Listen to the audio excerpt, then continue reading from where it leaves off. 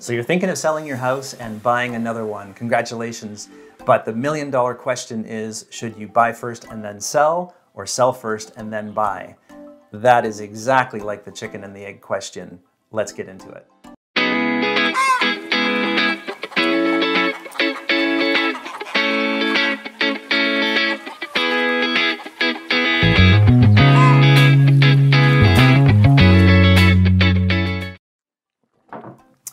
Hey everyone, it's Chris Johnson here from LePage, Wolstencroft Realty, and we're here for another 2-Minute Tuesday, and we're talking about the pros and cons of whether or not you should buy a house and then sell yours, or sell yours and then buy.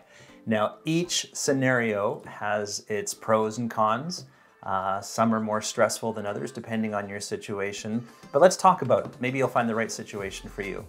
I'll talk first about the benefits of buying your next home before you sell your current one. That seems like the more comfortable way to do it because time is on your side. You can kick some tires, go do some showings, have a look at some properties until you find the one that you want.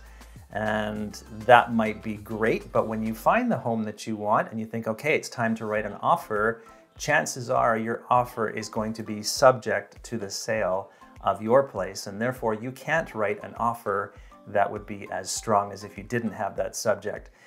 Unless your financing is so good that you can buy the next home without having to worry about the sale of your previous home. Maybe you've got pre-approval from your mortgage broker to be able to carry 2 mortgages in the interim if need be. A downside to that though is, especially in a market like we have right now, you don't necessarily know how much your house, your current house, is going to sell for.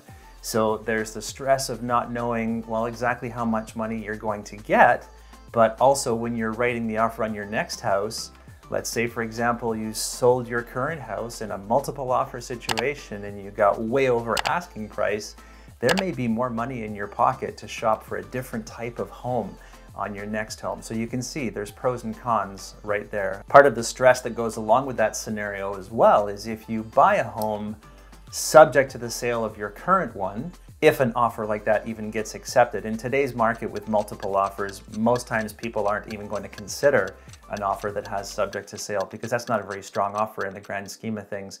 But if you've bought a home and now it's time to sell yours, you're not really in the driver's seat because you're probably a little bit anxious about the sale of your home, and you might take an offer that's less than best price, less than ideal, just because you're in a hurry to get it sold because the pressure is on.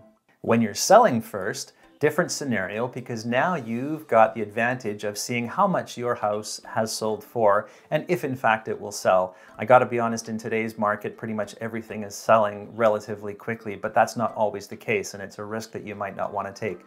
So in a scenario where you're selling first, you've got the comfort of knowing that your house is sold, you know how much money you got for it, and now you're in a situation where you can kind of go shopping knowing better what your budget is and knowing that you don't have to worry about selling your home to make that deal happen. That part of it is already checked off, and it's a big box to have checked off. But the stress that comes with that, the pressure, and it's a scary one, I'm not gonna lie, now you have to find your next home. So there's definitely some pressure there that, okay, there's that word homelessness that gets thrown around a little bit. So if you've sold your place, there are definite dates on that contract as to when you have to hand over the keys. You've got to make sure that you can find something that you're going to be moving into with dates that align for that. So there's definitely a bit of pressure there. You might feel that there's a gun to your head, and there definitely is. The strategy in a situation like that, when you're looking at offers on the sale of your home, is to ask for long completion dates. The longer the better, because then although there's pressure for you to go out and buy a home, you've got a little bit of time on your side. And there's sometimes the opportunity that if you find something, you find a purchase relatively quick that's vacant, or something that the sellers of that home can accommodate quick dates, maybe you can roll back the dates for the buyers of your house as well. Sometimes it's a little bit of a moving target, and it can sometimes work for all the parties involved. In that scenario as well, you're selling your home and then buying another. It's a really good idea to have a plan B. So what if you've sold your home and as hard as you've tried and there's lots of competition in the marketplace, you just can't find that next landing pad? it's a good idea to have in the back of your mind a little bit of a plan B. Like if you got family that you can stay with in the interim, perhaps you need to look at rentals, short-term rental until you can find the place that you're looking for, or maybe you've bought a new build and constructions are delayed and there's going to be a little bit of a time crunch there.